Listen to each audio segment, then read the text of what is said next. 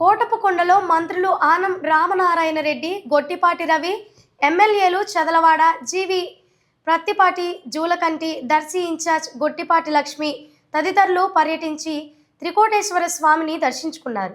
అనంతరం రాబోయే మహాశివరాత్రి ఏర్పాట్లపై అధికారులతో మంత్రులు ఆనం, గొట్టిపాటి సమీక్ష సమావేశం నిర్వహించారు.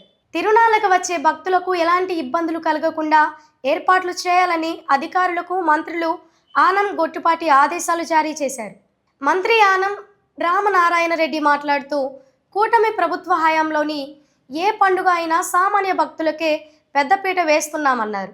రాష్ట్రంలో అన్ని దేవాలయాల్లో ఇక ఆన్లైన్ టికెట్ జారీ చేస్తామని, అదేవిధంగా కోటపుకొండలో కూడా త్వరలో ఆన్లైన్ టికెట్లను జారీ చేయబోతున్నామని తెలిపారు. ఆదాయ ఖర్చులు కాదని భక్తుల మనోభావాలు మాకు ముఖ్యమని మంత్రి ఆనం తెలిపారు. విజయవాడ దుర్గగుడిలో గత ఏడాది నుంచి క్యూ లైన్లో వచ్చే భక్తులకు ఉచితంగా ఒక లడ్డు ప్రసాదాన్ని పంపిణీ చేస్తున్నామని, ఈ ఏడాది నుండి శ్రీశైలం, శ్రీకాళహస్తి, కోటపుకొండలో కొత్తగా అమలు చేయబోతున్నామన్నారు. కోటపుకొండ గిరి ప్రదక్షిణ కోసం కొత్త రోడ్డుని త్వరలోనే నిర్మాణం అయ్యేలా చర్యలు తీసుకుంటామని, ప్రభుత్వం నుండి తీసుకున్న కోటపుకొండ పాత బకాయిలు మొత్తం మాఫీ చేస్తున్నామని తెలిపారు. ఈ ఏడాది కోటపుకొండ తిరునాళ్ల కోసం ప్రభుత్వం నుండి 30 లక్షల నిధులు మంజూరు చేశామన్నారు. లాస్ట్ ఇయర్ 550 బస్సెస్ దీనికి ప్రత్యేకంగా పెట్టాము. ఈసారి 618 బస్సెస్ దీనికి ఆల్రెడీ ఆర్టీసీ వాళ్ళతో కోఆర్డినేట్ చేసుకుని ఫైనలైజ్ చేయడం జరిగింది సార్. దీని భాగంగా 95 బస్సెస్ ఓన్లీ షటల్ కోసం, అంటే పైన వెహికల్స్ ఏమి రాదు, ఓన్లీ ఈ ఆర్టీసీ బస్సెస్ 95 బస్సెస్ తిరుగుతాయి పికప్ అండ్ డ్రాప్కి. దానికోసం 95 బస్సెస్ ప్రత్యేకంగా ఏర్పాటు చేయడం జరిగింది. మిగతావి డిఫరెంట్ రూట్స్ నుంచి, చిలకరావుపేట వైపు నుంచి, నరసరావుపేట వైపు నుంచి, ఆల్ 4 ఏరియాస్ నుంచి ఎస్పీ గారు లీడర్షిప్లో రూట్ ప్లాన్స్ అన్ని ఫైనలైజ్ చేసుకొని ఎక్కడ పార్కింగ్ ఉండాలి, ఎక్కడ బస్ ఫెసిలిటీ ఉండాలి, అక్కడ యాత్రికులకి ఏమేమి ఫెసిలిటీస్ ఉండాలి అన్నీ ఫైనలైజ్ చేయడం జరిగింది సార్. దీంతో పాటు లాస్ట్ ఇయర్ ఒకటి అబ్జర్వేషన్ వచ్చింది, లైటింగ్ లేదు ఎక్కువ ఏరియాస్లో.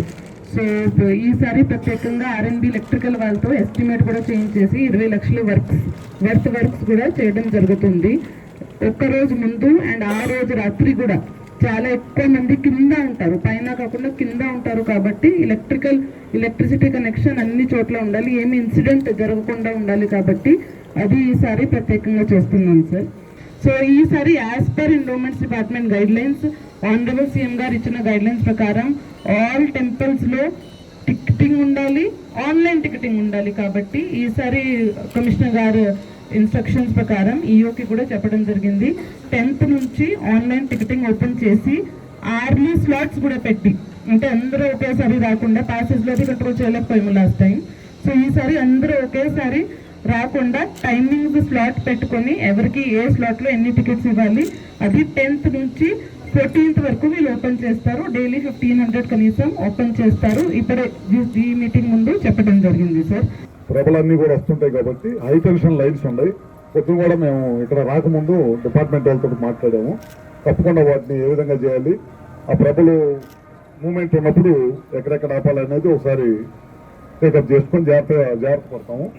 దాంతోపాటు ఇక్కడ ట్రాన్స్కో ఎస్సీ ఉన్నారా, ట్రాన్స్కో ఎస్సీ కానీ ఎవరిని వచ్చారా అది ఒకసారి చెక్ చేసుకోండి మొత్తం. అదొకటి. ఇంకోటి వచ్చేసరికి లైటింగ్ తక్కువ ఉన్నారు, పైన కింద లైట్ పెట్టాలి.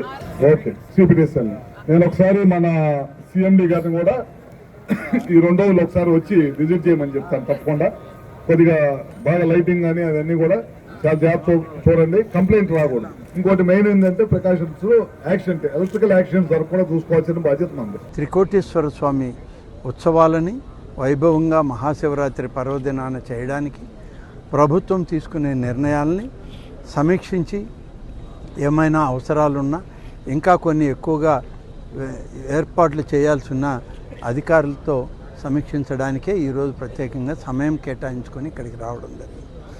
వచ్చిన సందర్భంలో అన్ని శాఖల అధికారుల యొక్క సమాచారం అంతా కూడా జిల్లా కలెక్టర్ గారు, ఎస్పీ గారు, డిఎఫ్ఓ గారు వారి పరిస్థితులు అన్నీ కూడా చెప్పడం జరిగింది.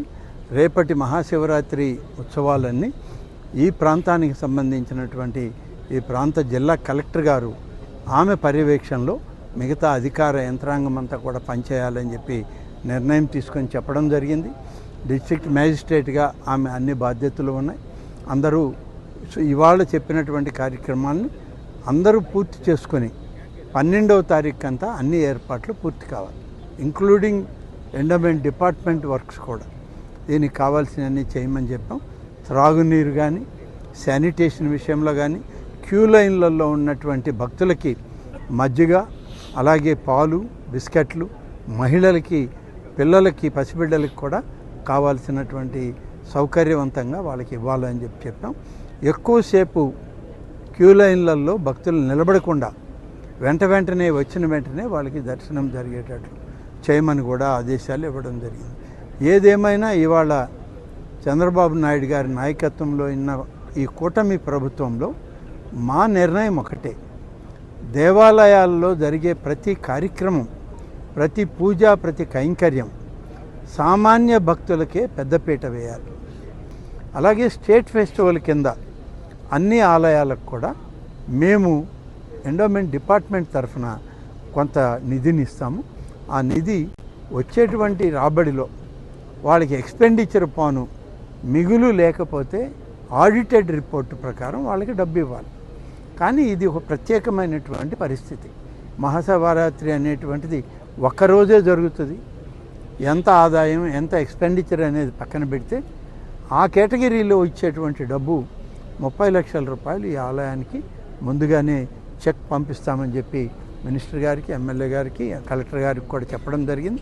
అది 1-2 రోజుల్లో నేను ఆర్డర్స్ ఇచ్చి మా కమిషనర్ గారి దీంట్లో వాళ్ళ అకౌంట్కి ట్రాన్స్ఫర్ చేయడం జరుగుతుంది.